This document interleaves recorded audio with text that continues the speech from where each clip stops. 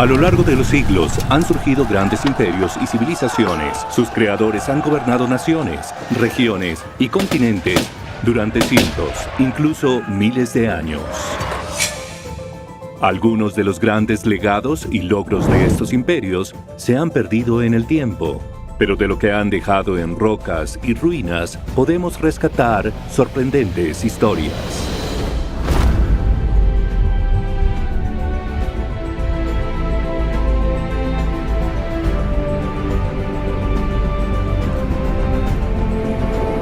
En el centro de Ámsterdam, en la Plaza Dam, se encuentra el Palacio Nacional, un edificio imponente que se ha mantenido por 4 siglos. Adentro hay una gran sala de recepción dorada y en su suelo de mármol una serie de mapas de un mundo nuevo, un mundo descubierto por generaciones de exploradores y comerciantes neerlandeses. Hubo un milagro económico que solo explotó a finales del siglo XVI y en el XVII. Después de una sangrienta guerra contra España que duró 80 años, los Países Bajos, recién independizados, emergieron en el siglo XVII. Pronto su comercio, su ciencia, su armada y su arte fueron los más aclamados del mundo. Por esto, los neerlandeses se hicieron famosos o infames en Europa, y es que toleraban todas las creencias. Se convirtió en la Edad de Oro neerlandesa y transformó a los Países Bajos en la superpotencia marítima y económica más importante. Tomaron lo que otros hicieron y lo mejoraron. No era una riqueza representada en grandes palacios, no era una sociedad dominada por la nobleza, ni siquiera por príncipes. ¿Cómo surgió el milagro neerlandés? ¿Y por qué una pequeña nación independiente con pocos recursos naturales se convirtió en la superpotencia del siglo XVII?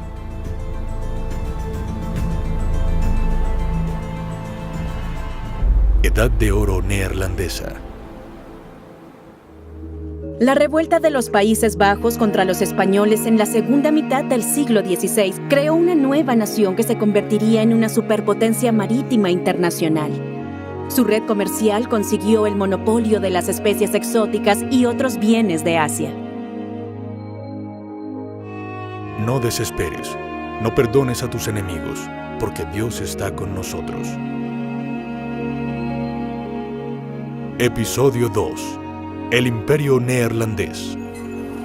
Hoy en día, Ámsterdam sigue siendo una ciudad de casas de comerciantes, agua y canales. En su corazón se encuentra este imponente edificio frente al agua, donde se construían y zarpaban los barcos, luego regresaban y descargaban sus mercancías. Atracado se encuentra una réplica de un barco comerciante neerlandés, el Ámsterdam, que naufragó en el Atlántico en 1728 y ha sido restaurado.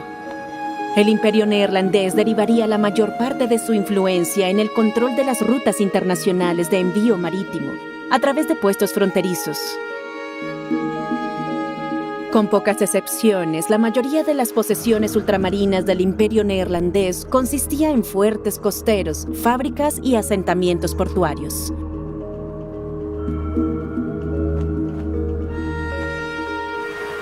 En los siglos XV y XVI, las rutas comerciales hacia Asia y América habían sido dominadas por Portugal y España, renunciando a valiosos tesoros, incluyendo especias lucrativas de Asia y azúcar de América Latina. El imperio portugués en Asia era la fuente de todos los bienes más rentables de todo el mundo en ese momento de la historia. Los portugueses también eran una nación pequeña con una costa. Por eso tenían el mismo tipo de situación en términos de necesitar salir y comerciar. Necesitaban explorar para protegerse en casa. Los neerlandeses idearon nuevas rutas comerciales para acceder a las especies que antes eran traídas por los portugueses. Y eso fue lo que los impulsó hacia el comercio con el lejano oriente. Portugal y su capital, Lisboa, se habían enriquecido gracias a estas exploraciones en el extranjero. A finales del siglo XVI se había unido con España. Pero con la revuelta e independencia neerlandesa, Portugal y España estaban en guerra con los neerlandeses, una guerra que duraría 80 años. Como resultado, se les negó a los neerlandeses el acceso a estas valiosas mercancías. Hablamos de pimienta, nuez moscada, macis y clavos, especias de Indonesia. Así que, por un lado, fue un intento de obtener acceso a la fuente de estas especias sin tener que depender de intermediarios portugueses, sobre todo dentro del contexto de este conflicto. Pero también fue un intento de llevar la guerra contra Portugal y España más tarde a Asia. Entonces, la Compañía de las Indias Orientales también fue fundada como instrumento de guerra en este conflicto entre las provincias neerlandesas y los Habsburgo. Así que en 1595, los neerlandeses decidieron partir por su cuenta para conseguir los productos por sí mismos, aprovechando el conocimiento secreto de las rutas comerciales portuguesas. Porque no era que los portugueses estuvieran muy dispuestos a compartir sus conocimientos sobre qué había en cada isla o qué especias se podían obtener y en dónde o cómo navegar por algunos estrechos peligrosos. Fue un neerlandés que había servido en la marina portuguesa durante años quien les llevó ese conocimiento y publicó los mapas que eran como las llaves del reino y que permitieron a los neerlandeses en 1590 empezar a explorar y tomar posesión de las conquistas portuguesas. Mientras los barcos neerlandeses saqueaban e invadían puestos de comercio portugueses en la larga guerra, otras naciones y potencias los calificaban como piratas. Sin embargo, ellos estaban muy decididos a establecer un imperio comercial rival. Este edificio en Ámsterdam era la sede de la Compañía Neerlandesa de las Indias Orientales, que se convertiría en un equivalente del siglo XVII de una gigantesca corporación multinacional. El comercio con las Indias Orientales representaba casi un 10% del PIB neerlandés en ese momento. Ahora, esto puede parecer que no era tan grande, pero si consideramos el comercio con Asia, este 10% estaba gestionado o controlado por una sola compañía. Vemos que la Compañía Neerlandesa de las Indias Orientales era también el mayor empleador de los Países Bajos después del ejército y una de las mayores empresas comerciales del mundo en ese momento. En 1594 se había fundado la Compagnie van Ver o Compañía de Tierras Distantes, con el objetivo de enviar 2 flotas a las islas de especias de las Molucas. El éxito y las enormes ganancias de estos viajes llevaron a la fundación de varias compañías que competían por el comercio. Así, en 1602 se fundó la Compañía Neerlandesa de las Indias Orientales o VOC. Fue la primera corporación multinacional financiada por acciones que llevó al establecimiento de la primera bolsa de valores moderna. En el pasado, si se quería invertir en un viaje comercial, se ponía el dinero y cuando terminaba el viaje, se dividían las ganancias. Pero lo que hizo la Compañía Neerlandesa de las Indias Orientales fue permitir que la gente pusiera su dinero a perpetuidad. Si querían tener un reembolso en efectivo, por algún motivo, podían vender su acción en la empresa o a otra persona. Y ahí era donde entraba el mercado de valores. Para que se pudiera negociar con acciones, no tenían que esperar a que regresara el viaje. Ese barco en particular, para luego repartir la carga de ese barco. Se estaba invirtiendo en todo el negocio de todos los barcos que salían y regresaban. Y esa era la diferencia. En esta sala, los hombres que dirigían la empresa se reunían para tomar decisiones sobre la gigantesca red comercial que habían establecido. La sala se ha recreado en su forma original, con réplicas de las pinturas y mapas exactos que habían en las paredes. La reputación de los neerlandeses como gente confiable, dispuesta a pagar cuando se necesitaba, también era muy importante. La compañía obtuvo el monopolio neerlandés sobre el comercio asiático, que mantuvo durante 2 siglos. La compañía recibió la autoridad legal para establecer fortalezas y fortificaciones, firmar tratados, reclutar tanto a un ejército como a una armada y hacer la guerra defensiva. Era una máquina de guerra. En cierto sentido, era un estado. Es posible que áreas de la Compañía de las Indias Orientales emplearan más soldados que comerciantes, lo que significaba que no solo se usaban para obtener ganancias, sino para construir un imperio. En realidad, para molestar a los españoles y portugueses que eran católicos. Así que el fundador de la Compañía de las Indias Occidentales no solamente quería emular a la Compañía de las Indias Orientales y obtener ganancias sin utilizar la suya para perjudicar al Imperio Español, que era un imperio católico y también un imperio impío. La Compañía de las Indias Orientales en su apogeo empleaba a unas 40,000 personas, lo que por entonces era la organización más grande en términos de empleo en Europa. Así que durante este periodo del siglo XVII y XVIII, empleó a 1,000,000 de personas en total, personas que enviaron a Asia desde Europa. Y luego, además de eso, tenían empleados a personal asiático, marineros indios y, por supuesto, mucha mano de obra esclava también. Las especias se importaban en grandes cantidades y generaban enormes ganancias debido a los esfuerzos y riesgos involucrados a la insaciable demanda. Esto se recuerda hasta el día de hoy con la palabra neerlandesa peperduur, que significa costoso como la pimienta, reflejando los precios de las especias en ese momento. Los granos de pimienta eran muy valiosos por su volumen y precio. Eran ideales para enviar.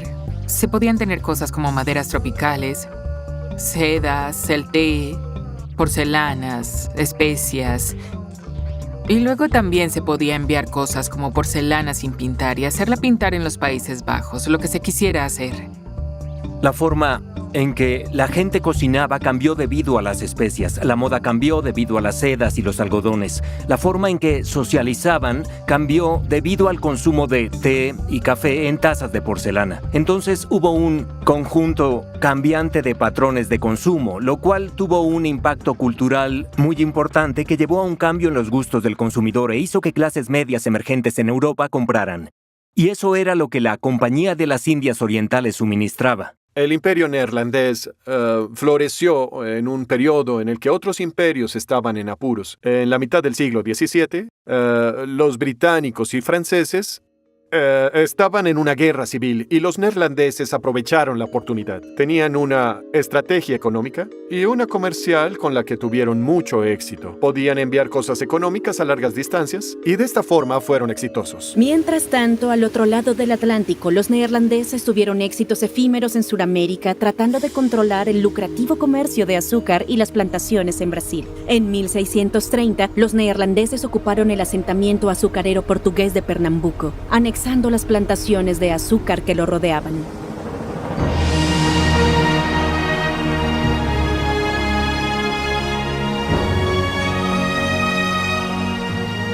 Lograron apoderarse del Brasil de los portugueses en 1630. Pero en realidad nunca lograron controlarlo del todo. Y solo 2 décadas y media después perdieron el control de él y de sus plantaciones de azúcar. Los neerlandeses también emprendieron ataques oportunistas a las flotas de tesoros españolas en su viaje de regreso a América. En 1628, Piet Hein capturó toda la flota de tesoros española y se convirtió en un héroe nacional después de llevarse una vasta fortuna en metales preciosos y bienes. Para proveer de mano de obra a las plantaciones, los neerlandeses también saquearon y tomaron el control de puertos de esclavos portugueses en la costa oeste de África, como en el Mina, en Ghana.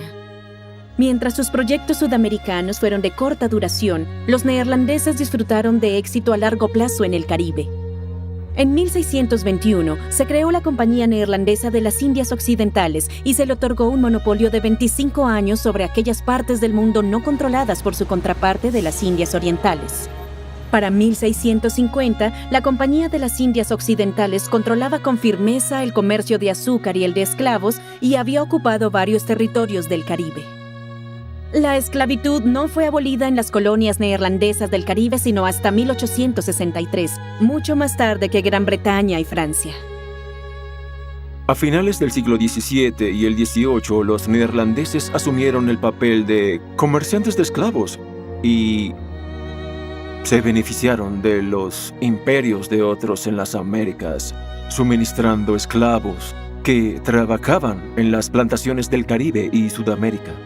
A finales del siglo XVII y XVIII fueron los más activos, hasta que los ingleses también lo hicieron. El número total de personas esclavizadas en África Occidental que fueron transportadas por el Atlántico entre los siglos XVI y XIX fue de alrededor de 12,5 millones y poco más de medio millón fueron comerciados por neerlandeses. En la isla de Bonaire, la sal era un recurso preciado, y los esclavos tenían que vivir en estos diminutos refugios de piedra para escapar del calor sofocante del sol del mediodía. Los neerlandeses también esclavizaron a los pueblos indígenas en sus otras colonias, al otro lado del mundo, en las islas orientales.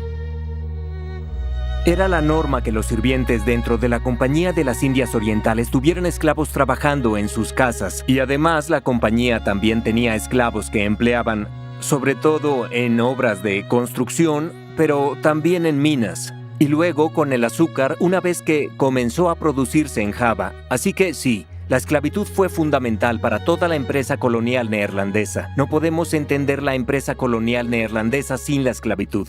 No era un complemento del negocio principal del comercio, sino que estaba integrada por completo en el modelo económico y empresarial de las compañías neerlandesas de las Indias Occidentales y Orientales. En el periodo moderno temprano se produjo el comienzo de la globalización debido a la explotación y a la apertura de estas áreas de producción nuevas. La esclavitud racial, por supuesto, fue básica para todo eso. Fue un sistema horrendo y también explotador. Y las personas apenas estaban comenzando a enfrentar esto. Algo cambió en el periodo moderno temprano. Es la forma en que funcionaba la esclavitud, se volvió racializada. Es decir, que los europeos no hubieran imaginado esclavizar a otros europeos, pero no dudaron en esclavizar a los africanos. La guerra en curso con España y Portugal llevó a ataques a la mayor parte de la red comercial lejana de Portugal en Asia y sus alrededores.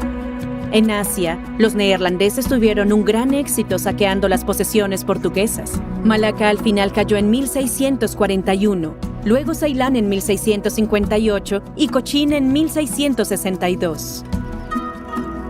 En Ceilán, los comerciantes neerlandeses incluso comenzaron a exportar elefantes a India. Los elefantes estaban siendo enviados desde Sri Lanka a India mucho antes de que llegaran los neerlandeses y de hecho los portugueses. Dado que ellos podían usarse para la guerra, también podían usarse para trabajos pesados, pero sobre todo tenían una función ceremonial importante en la corte.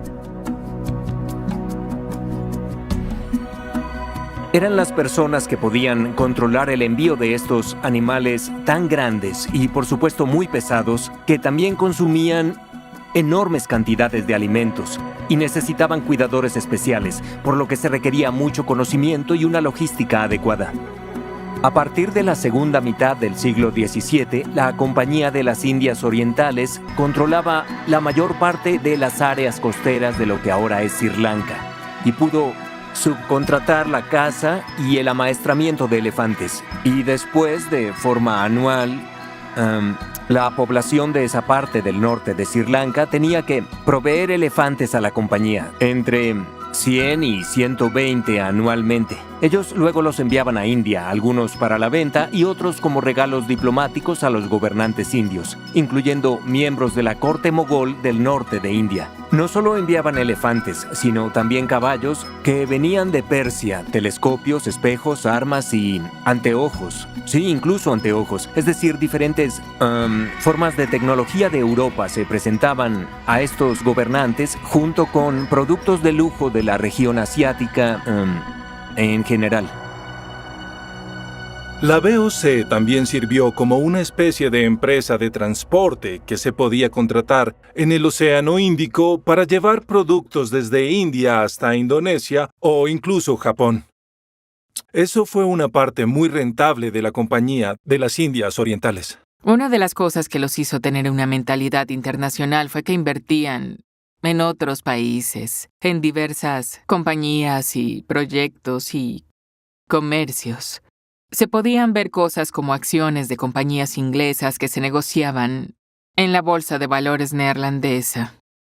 Así que buscaban oportunidades fuera y recibían personas de otras partes, porque eran un país pequeño y debían tener una mentalidad internacional o serían absorbidos por sus vecinos más grandes que actuaban como depredadores. A ellos no les interesaba gobernar poblaciones subyacentes, estaban interesados en los bienes, el comercio y las ganancias que podían obtener de ellos. Así que necesitaban derrotar a los portugueses y eso requirió, una fuerza militar para expulsarlos y tomar el control, y así necesitaron armar sus barcos y, en su momento, tener una presencia armada permanente en Asia, en cada uno de estos puestos de comercio. Y, en última instancia, eso requirió una gran inversión de capital.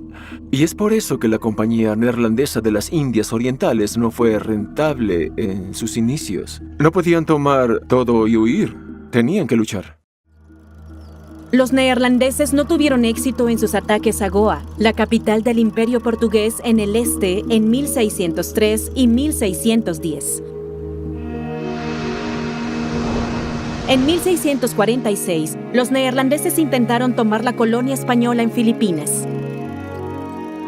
Establecieron una colonia en el sur de Taiwán, una isla que entonces estaba dominada en gran parte por comerciantes portugueses y se conocía como Formosa.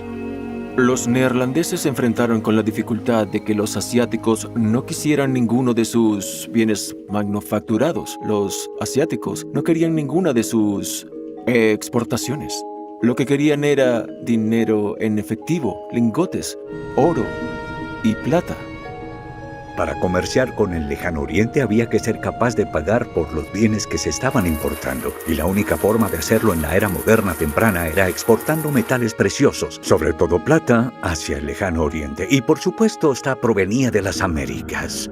Por lo tanto, la plata fue en realidad el vehículo que facilitó y permitió todo este proceso de globalización.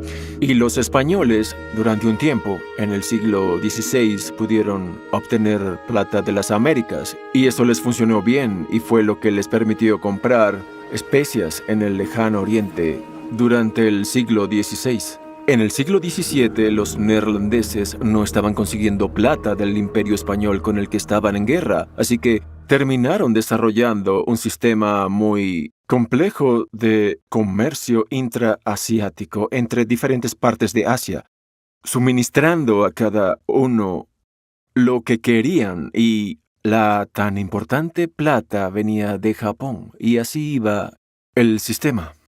El comercio de especias fue la base de esta red de comercio intraasiático. Por lo tanto, en varias ubicaciones la compañía no pagaba en efectivo, sino que pagaba con especias. Por ejemplo, solían adquirir textiles de algodón en India, lo cual era muy importante ya que India era el principal productor de textiles de algodón del mundo en aquel momento. Esos textiles los pagaban con efectivo, en particular con plata que había sido traída de las Américas españolas, que luego llegaban a Europa y desde ahí era enviada por la compañía.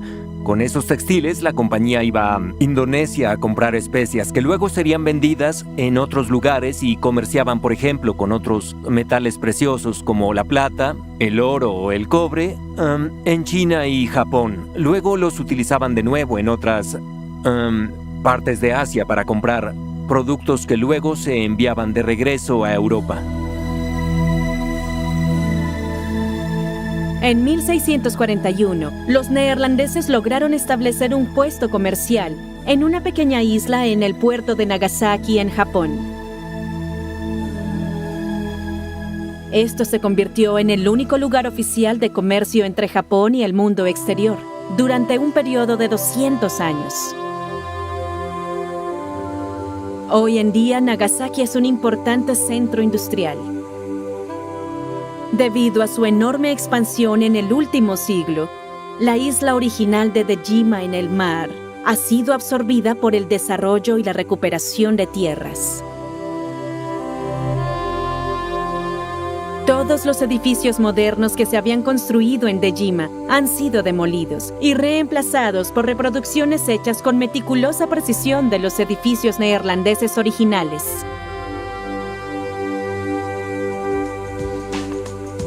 El principal experto en la notable historia de Dejima es Brian Borg-Gaffney. La isla tenía el tamaño de un campo de fútbol y en ocasiones solo había entre 10 o 15 neerlandeses viviendo en la isla. No había forma de salir de la isla excepto a través del puente, el cual estaba muy bien vigilado, así que los neerlandeses estaban confinados. Sin embargo, ellos aceptaban estas condiciones porque las ganancias eran muy altas y el producto de exportación más importante de Dejima era el cobre, y ellos valoraban el cobre porque el cobre japonés era muy puro, lo que les permitía obtener enormes ganancias al venderlo en el extranjero. Cuando un barco neerlandés llegaba al puerto, por lo general desde la primavera hasta el verano, había más de 100 marineros en la isla. Pero cuando el barco partía en otoño, la vida se volvía solitaria para los neerlandeses en la isla. Un historiador señaló que los neerlandeses comenzaban cada día con ginebra y tabaco y terminaban cada noche con tabaco y ginebra. Esto reflejaba su existencia bastante tediosa cuando no había actividad comercial. La casa más grande de la isla, llamada la residencia del director, era el lugar donde los comerciantes neerlandeses se reunían al final del día para comer, beber y fumar. Además de la ginebra, el tabaco y la compañía de sus colegas comerciantes, lo que evitaba que los neerlandeses se sintieran demasiado solos era que se les permitía llevar a mujeres japonesas a la isla. Las mujeres japonesas que venían a Dejima se quedaban de 3 a varios años. Por supuesto, eran lo que llamaríamos prostitutas contratadas y pagadas para servirles como compañeras.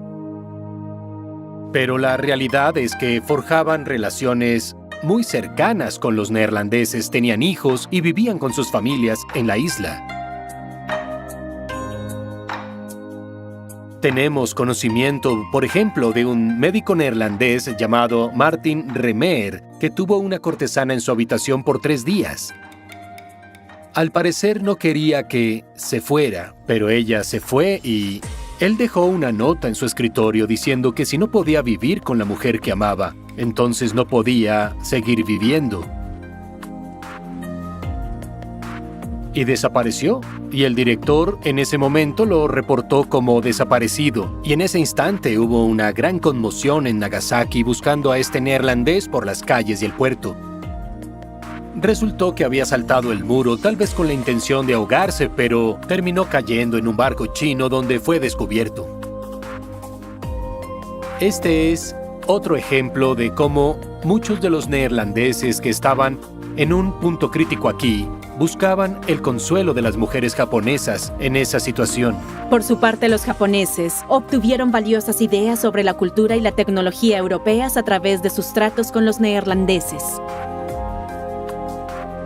A esta práctica se le llamaba el aprendizaje neerlandés en Japón, que en realidad era la adquisición de conocimiento y ciencia europea, conocimiento médico o naturista y botánico, que se hizo cada vez más avanzado en Europa durante la Ilustración. Y esto también era algo que a los japoneses les interesaba mucho. Copiaban de enciclopedias y libros neerlandeses los dibujos y traducían al japonés el conocimiento. A pesar de la singular empresa japonesa, la joya de la corona del imperio comercial neerlandés se encontraba en las Indias Orientales neerlandesas, la Indonesia moderna.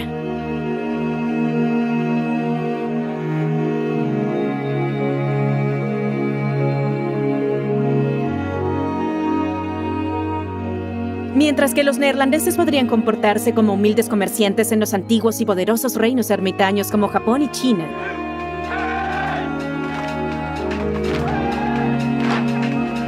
en países con grandes poblaciones indígenas como Indonesia era una historia diferente. Este retrato de Frans Hals de 1629 de Peter van den Broek exhibe todas las marcas de un exitoso hombre de la Compañía de las Indias Orientales. Lleva un collar de metal y el bastón en el que se apoya hacía referencia a su rango de almirante.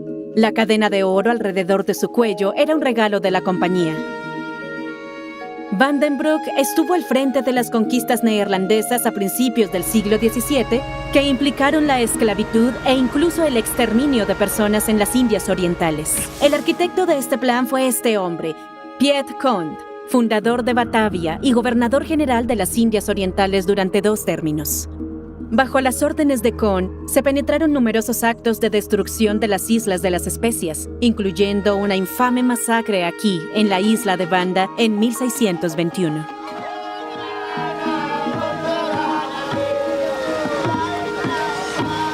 $15,000 personas vivían en esas islas. Después de esta expedición, solo quedaron 1,000 personas con vida. Las demás habían sido esclavizadas, deportadas y esclavizadas, asesinadas en combate o expulsadas de sus aldeas y murieron de hambre y agotamiento. El propósito de todo esto es obtener un monopolio en el suministro de nuez moscada y macis para mantener de forma artificial los precios altos y los beneficios de los inversores neerlandeses y de la Compañía de las Indias Orientales. Entre 1602 y 1796, la VOC enviaría casi 1 millón de europeos a trabajar en el comercio de Asia.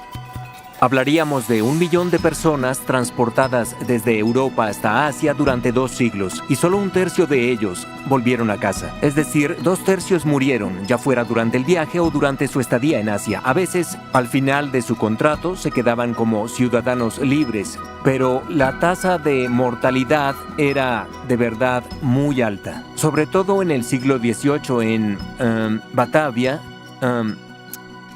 el porcentaje de personas que morían en su primer año de llegada debido a enfermedades, ya que la ciudad presentaba muchas, era en verdad bastante impactante. Durante gran parte de la historia de las Indias Orientales neerlandesas, el control neerlandés sobre los territorios a menudo fue tenue, pero se extendió a lo largo del siglo XIX. Solo a principios del siglo XX se extendió la dominación neerlandesa a lo que se convertiría en los límites de la Indonesia moderna. Java, tan poblada y productiva en agricultura, estuvo bajo el dominio neerlandés durante la mayor parte de los 350 años de control neerlandés. Pero muchas áreas permanecieron independientes durante gran parte de este tiempo, incluyendo Aceh, Lombok, Bali y Borneo. A mediados del siglo XVII, la Compañía Neerlandesa de las Indias Orientales había superado a Portugal como el jugador dominante en el comercio de especias y sed, y en 1652 fundó una colonia en el Cabo de Buena Esperanza en la costa sur de África, como una estación de provisiones para sus barcos en la ruta entre Europa y Asia. Al principio, los neerlandeses utilizaban la colonia del Cabo como un lugar de abastecimiento de agua y de productos frescos, y luego continuaban su camino hacia lugares que les interesaban, como las Islas de las Especias. En el Cabo, los neerlandeses sometieron a los pueblos indígenas Khoisan y San, apoderándose de sus territorios. Cada vez más esta pequeña colonia fue expandiéndose, arrinconó a los grupos indígenas hacia el interior y empezaron a desarrollar lo que se convertiría en una colonia satélite de agricultores europeos. Esos agricultores europeos eran los antepasados de los boeres. Boer significa granjero en neerlandés, y el Afrikaans, el idioma en sí, es el idioma de este grupo que se originó como migrantes en ese mismo periodo. Es por eso que ese idioma es tan similar al neerlandés. Los neerlandeses no pudieron controlar a sus propios colonos de mente independiente, quienes cruzaron al territorio de Xhosa, desatando uno de los conflictos coloniales más largos de África del Sur, las guerras de Xhosa. Entonces había un sentimiento bastante fuerte de afinidad cultural y apoyo a los boeres. Esto ha desaparecido casi por completo debido a la historia del apartheid del siglo XX y por cómo la gente de los Países Bajos ve el pasado colonial diferente a cómo se ilustraba en 1900. Eso también afectó ese cambio. Los neerlandeses importaron mano de obra y esclavos de sus posesiones en Asia. Sus descendientes todavía están aquí, son conocidos como los malayos del Cabo. Pero fuera de Sudáfrica no es muy conocido que hubo esclavos no africanos importados en lugar de africanos exportados. En esencia, al principio, los pueblos locales, los Khoi y los San, o el pueblo Khoisan, eran el grupo indígena propio de ese cabo. Pero no eran tan útiles para los neerlandeses porque no se entendían, no habían sido esclavizados. Si traían a personas que entendían el idioma, que habían sido entrenadas y esclavizadas o que tenían habilidades, era fácil controlarlas y esa fue la razón por la que se hizo así. Los grupos locales, los Khoisan, eran conocidos como los Hottentots, que es la percepción de los neerlandeses de cómo hablaban estos pueblos, su idioma, lo que en esencia significa una especie de palabrería. Y así los neerlandeses no veían a los Khoisan como útiles para ellos, aunque luego fueron esclavizados. Desde su inicio, la Compañía Neerlandesa de las Indias Orientales había estado en competencia con sus contrapartes inglesas. Los británicos decidieron, digámoslo así, salirse del comercio de especias y adentrarse cada vez más en el de textiles indios, con la costa de India. Con el tiempo y sin duda hacia mediados del siglo XVIII, la Compañía Inglesa de las Indias Orientales consiguió una parte mucho más grande de sus beneficios del comercio de textiles, sobre todo del continente indio, más que del comercio de especias. En la costa noreste de América del Norte, los neerlandeses habían estado enviando barcos al río Hudson todos los años para comerciar pieles desde el viaje de Henry Hudson en 1609. Esa era la actual isla de Manhattan. Nadie sabía que ese lugar se convertiría en la ciudad de Nueva York. Para proteger su precaria posición de los cercanos ingleses y franceses, los neerlandeses fundaron una ciudad fortificada en 1625 y la llamaron Nueva Ámsterdam. En la desembocadura del Hudson, esto fomentó el asentamiento de las áreas circundantes de Long Island y Nueva Jersey. El arquitecto de las colonias neerlandesas en América del Norte, conocidas como Nuevos Países Bajos, fue otro fanático calvinista, Peter Stuyvesant. El imperio neerlandés declinaría como resultado de distintas guerras anglo-neerlandesas, en las que perdió sus posesiones coloniales y monopolios comerciales frente al imperio británico. La ley de navegación de 1651 fue lo que en realidad desencadenó un conflicto económico de verdad explícito entre las dos naciones. Los neerlandeses querían ser una nación de comercio libre. Por supuesto, tenían acceso a los mercados europeos que se encontraban en esos dos grandes ríos, el Rin y el Mosa. Pero al ser una isla, Gran Bretaña sin duda pudo imponer un régimen comercial bastante diferente de los altos aranceles de importación para protegerse. La primera de 3 guerras anglo-neerlandesas que se darían durante 2 décadas intermitentes erosionaría poco a poco al poder naval. Los ingleses en realidad eran bastante, digamos, igual de buenos navegantes, igual de buenos en la conducción de la guerra naval. Sus barcos y sus tácticas de batalla eran una buena competencia para los neerlandeses. La Segunda Guerra Anglo-Neerlandesa comenzó en 1664, cuando los ingleses capturaron los Nuevos Países Bajos, sus colonias en la costa este de Estados Unidos, incluyendo Nueva Ámsterdam. Como parte de los Nuevos Países Bajos, Nueva Ámsterdam, ahora Nueva York, fue cedida a Gran Bretaña. A cambio de ese lugar, los asentamientos ingleses en Surinam, que habían sido conquistados por las fuerzas neerlandesas. En ese momento, la pérdida de Nueva Ámsterdam, ahora Nueva York, preocupó a los neerlandeses porque no era la colonia neerlandesa más importante.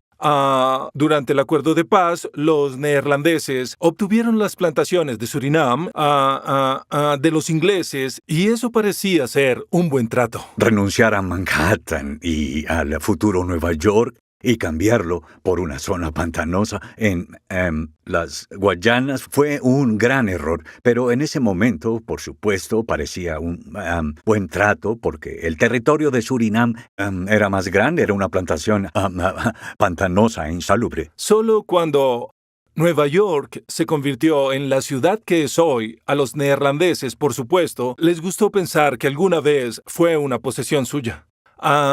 Pero en el siglo XVII, el asentamiento neerlandés en la parte sur de Manhattan constaba de 4 o 5 calles solamente, con una pared de madera. Eso era todo. No valía mucho para los neerlandeses. Pensaron que estaban haciendo un mejor negocio comercial, renunciando a lo que era en realidad una operación de comercio de pieles. La piel del castor llevó al hombre blanco a través de América del Norte hasta las montañas rocosas. El castor en realidad valía más que el oro y se usaba para hacer sombreros de fieltro. Los Knicks de Nueva York, el equipo de baloncesto, son los Knickerbockers. Knickerbocker es un término para las antiguas familias patricias neerlandesas, las familias de élite de Nueva York, que se quedaron después de que los ingleses y los neerlandeses intercambiaron estas dos colonias, una con otra. Dicen que a finales del siglo XVII Inglaterra destruyó la gloria de los Países Bajos y al mismo tiempo Francia, que había estado ocupada con conflictos internos durante el siglo XVII, también emergió como la fuerza más importante en el continente en el siglo XVII, y la República de los 7 Países Bajos Unidos, sin duda, no pudo resistir a estos vecinos emergentes. Además, es claro que fue incapaz de establecer y resistir los crecientes ejércitos, tanto de Francia como de Inglaterra. Esta república tenía una población de unos 2 millones en el siglo XVII, lo que es muy pequeño para mantener un ejército tan grande como el que Luis XIV de Francia había logrado establecer. Por lo tanto, a finales del siglo XVII quedó claro que el siglo de los neerlandeses culminaba. El Palacio de Hampton Court en Inglaterra, a través de un matrimonio dinástico europeo, se convirtió en el hogar del monarca neerlandés Guillermo de Orange, quien en la gloriosa revolución de 1688 ascendió al trono para ganar las coronas inglesa, escocesa e irlandesa, poniendo fin a 80 años de rivalidad entre los Países Bajos e Inglaterra. Mientras tanto, la rivalidad con Francia se mantuvo fuerte. Guillermo III siempre tuvo sus prioridades claras: contener y derrotar a Luis XIV. Y al convertirse en rey de Inglaterra, los intereses de la República de los 7 Países Bajos quedaron subordinados a los intereses en el escenario internacional de Inglaterra y de la coalición antifrancesa en general. Así que Guillermo III desangró a los Países Bajos por ingresos para financiar una serie muy larga de guerras que continuaron después de su muerte. Y a partir de ese punto, en su posición permanente a largo plazo como aliado y socio menor de Gran Bretaña, los intereses neerlandeses siempre estuvieron subordinados y los ingresos neerlandeses siempre se utilizaron para estos fines que no estaban en sus preferencias. ¡Apunten! ¡Fuego! Luego, durante la Guerra Revolucionaria estadounidense, solo 80 años después, Gran Bretaña declaró la guerra a los Países Bajos una vez más, forzando una cuarta guerra anglo-neerlandesa. De forma encubierta, los neerlandeses brindaban apoyo a los revolucionarios estadounidenses. Esta fue la razón por la cual Gran Bretaña y los Países Bajos se enemistaron. Y luego, en ese momento, los Países Bajos ya no podían competir con la Armada Británica. Entonces la Marina Real intervino y no tuvo mucha resistencia porque se reconocía que no tenía sentido en lugares como Ciudad del Cabo. Esas posesiones neerlandesas fueron entregadas a los británicos. En realidad, los neerlandeses no cayeron. Las cosas se desmoronaron poco a poco, e incluso decir que se desmoronaron es un poco engañoso porque continuaron siendo muy prósperos durante todo el siglo XVIII. Pero sí se volvieron menos innovadores Y su comercio, aunque aún era muy grande y extenso, se volvió menos rentable. Tuvieron que trabajar más para ganar menos. En 1795, el ejército revolucionario francés invadió la República de los 7 Países Bajos Unidos y convirtió a la nación en un satélite de Francia, llamándola la República Bátava. Gran Bretaña, que estaba en guerra con Francia, pronto se movilizó para ocupar las colonias neerlandesas en Asia, Sudáfrica y el Caribe. Napoleón invadió los Países Bajos con su ejército y los británicos vieron una oportunidad para tomar las posesiones neerlandesas más importantes en el Océano Índico, incluyendo partes de Indonesia, la colonia de India, Ceilán, actual Sri Lanka, y por supuesto la colonia ubicada en Sudáfrica. Un acuerdo temporal de paz entre Gran Bretaña y Francia significó que la colonia del Cabo y las Indias Occidentales neerlandesas capturadas por Gran Bretaña fueran devueltas a Francia. Pero Gran Bretaña entonces recapturó la colonia del Cabo cuando se reanudaron las hostilidades y nunca la devolvió, ni tampoco a Ceilán, hasta su independencia en el siglo XX. El poder neerlandés siguió disminuyendo en sus puestos avanzados asiáticos. La gigantesca Compañía de las Indias Orientales, que había fundado el tan fabuloso y lucrativo comercio de especias en las Indias Orientales, se declaró en quiebra en las guerras napoleónicas. Y en el Caribe, la Compañía Neerlandesa de las Indias Occidentales fue abolida en 1791, y sus colonias en Surinam y el Caribe quedaron bajo el gobierno directo del Estado. Indonesia y sus 150 islas seguirían siendo una colonia neerlandesa durante otros 150 años.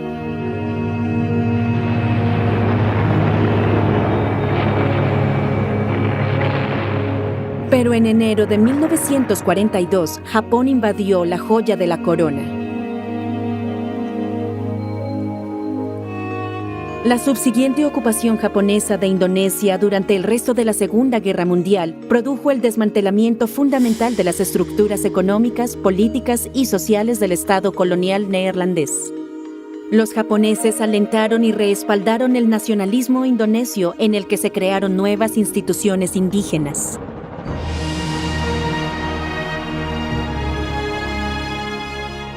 Dos días después de la rendición japonesa en agosto de 1945, Sukarno y el líder nacionalista Hatta declararon de forma unilateral la independencia de Indonesia.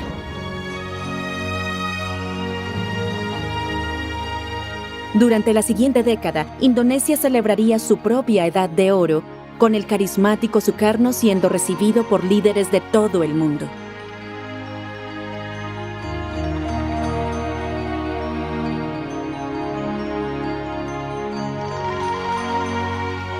La mayoría de los indonesios y, en última instancia, la opinión internacional habían favorecido la independencia. Y en diciembre de 1949, los Países Bajos reconocieron de forma oficial la soberanía de Indonesia.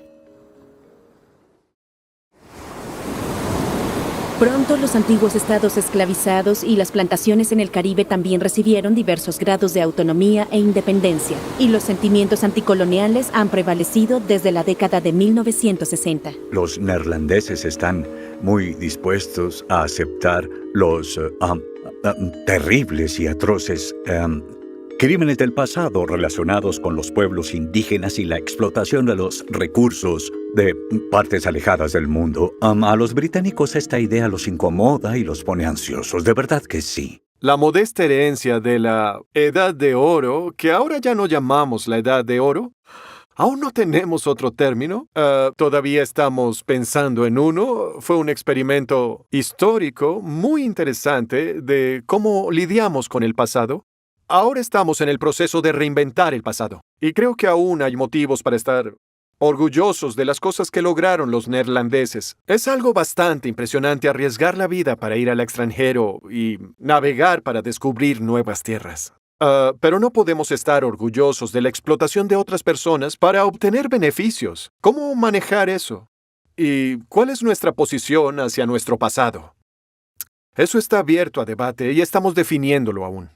La gente en los Países Bajos lo ve con mucho orgullo y se maravilla del vasto imperio comercial y colonial que se estableció en el siglo XVII y se pregunta cómo se logró eso. Pero al mismo tiempo fue un imperio colonial que estuvo muy relacionado con la esclavitud y la represión militar de las poblaciones indígenas en Asia, en África y América. Así que eso también forma parte del mismo legado. A los británicos no les gusta hacer eso. Les gusta hablar de la construcción de ferrocarriles en la India o incluso de ferrocarriles en Sudamérica, aún siendo parte de un imperio informal, y de la introducción del telégrafo y de los sistemas parlamentarios. Quieren hablar de los beneficios duraderos que brinda el imperio. Pero no les gusta hablar de las atrocidades, los crímenes y las crueldades del imperio que por desgracia fueron enormes. Pero los neerlandeses sí quieren hablar de eso y no de una manera politizada. Hoy en día hay muchos legados de toda Europa del comercio de especias neerlandesas que construyó su imperio. En Europa pensamos en las especias de Navidad, cuando en realidad estamos pensando en que fueron bienes importados muy costosos. Esos elementos no son especias navideñas en ningún otro lugar. Es debido al uso que los europeos les dieron que las vemos de esa manera. No todas las tradiciones del pasado son bienvenidas. Algunas tradiciones neerlandesas arraigadas en su pasado colonial han sido calificadas de racistas. En el lado negativo hay mucha controversia por figuras como Zwarte Piet, quien es una persona que aparece antes de Navidad para dar galletas, dulces y regalos a los niños. Ahora bien, en realidad Zwarte Piet o el Negro Pedro es un hombre con la cara pintada de negro, con una peluca rizada, grandes pendientes y un extraño traje que parece del Renacimiento. Mucha gente en los Países Bajos ha protestado diciendo que es racista y ofensivo. Y también ha habido algunos argumentos de personas que dicen que es solo una tradición, que siempre la hemos tenido. Eso demuestra que quizás algunos elementos de la sociedad neerlandesa no son tan progresistas como los extranjeros pensarían. El espíritu empresarial y el comercio internacional son características de cómo a los neerlandeses les gusta pensar en sí mismos, ¿no? Supongo que los neerlandeses siempre han creído ser progresistas y en cierto modo lo han sido. En la República de los 7 Países Bajos Unidos había libertades religiosas que no eran posibles para otras personas en Europa. Pero en otro sentido, si están administrando una colonia masiva, si están administrando un sistema colonial masivo y están enriqueciéndose, hay un límite en cuanto a lo progresista que pueden ser. Si como muchas potencias coloniales, los neerlandeses se han enfrentado a la magnitud de lo que sucedió, es otra pregunta. Tener tiendas de comida a Indonesia no significa que de verdad hayan enfrentado su pasado colonial. Hoy en día, en la costa oeste de los Países Bajos, los neerlandeses se congregan en grandes números en centros turísticos como Zandvoort en los escasos y cálidos días de verano. Hace 400 años, en su búsqueda de nuevas rutas comerciales entre Asia y Europa, los navegantes neerlandeses exploraron y cartografiaron vastas regiones del planeta y descubrieron nuevos lugares como Nueva Zelanda, la costa oeste de Australia, Tasmania y partes de la costa este de América del Norte. Pero hoy, el legado de este pasado, al igual que el de muchas antiguas potencias coloniales, es un asunto que sigue siendo tema de debates.